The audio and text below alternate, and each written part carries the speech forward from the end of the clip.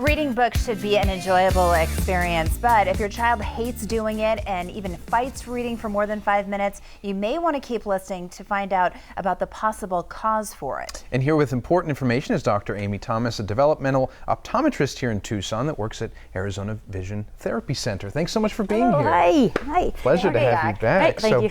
Okay, I'm going to start. I wanted to talk about what I do.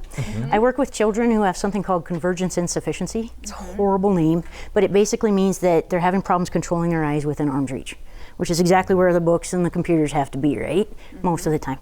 So what ends up happening is they spend a lot of time forcing it to happen, and they can make it happen, but only for about 5 minutes at a time. And this is part of the reason that they slide through the eye exams. They get in there and they show up with their game face, they get it done and they look like everything's going great, and then they fall apart after the eye exam. Okay. So that's one big one. Is this pretty common? Yes. To see in kids? Yeah, actually about 1 in 6 kids has something like this. These tend to be kids who are struggling in school, and they tend to go into professions where they don't have to read a lot. But we can actually change that. This can drive their future in terms of what they choose as a job. Yep. Okay. So we can change the future, How does one end up with it? Okay, so what happens is we actually have to learn how to use our eyes. So back through the milestones when we're doing the creeping and crawling and the tummy time and all that, that's where we learn how to control the eyes and the eye muscles and how to focus and all that. If we get distracted in any way during that time, and it can be something as small as an ear infection, stomach problems, so you don't want to do the army crawl type of thing. Anything with like a neck problem, or just plain not practicing, you're going to end up having problems learning how to use your eyes. And it's getting a lot worse lately. Ever since they invented that little bucket seat, you take the kid out of the car, and then you put them down on the floor, and they sit there and they stare at you, and then you go put them back in the seat. They don't get a chance to get out and start moving their body. That tummy time. Exactly, and if they don't do that, they don't learn that fine control of the eyes. iPads aren't helping.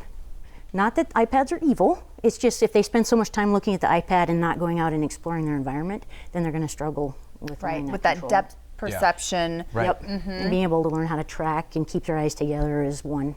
So let's talk about the early warning signs. What should parents look for? Oh, okay. So you can actually see these things pretty early on. Problems with just clumsiness, like they reach for something, they knock it over really good.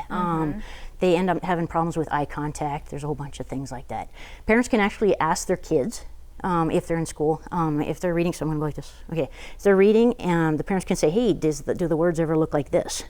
Oh, that's simple that you can do. Yeah. But that's not the only one. Sometimes they have the ability to shut off an eye, and they're running with one eye. Oh, so this is one where you just get them down and you have them read out loud. And if they skip lines, lose their place, say the wrong words, can't understand what they're reading, just stumble all over the place, then that's a sign that there's problems. And you have to probably do that after 5 minutes, right? Because you said that they will do it for a certain amount of time and then stop. So you have to get past that 5-minute mark. Yep. And then there's behavior stuff too. These are kids that they try to do anything to get out of the reading. So they're got to go to the bathroom, got to get in trouble. Diversionary tactics. Diversionary. So having said all of this, how can you help people? Oh, easy. Okay, so what we do is we actually train these kids how to use their eyes again. Not again, for the first time.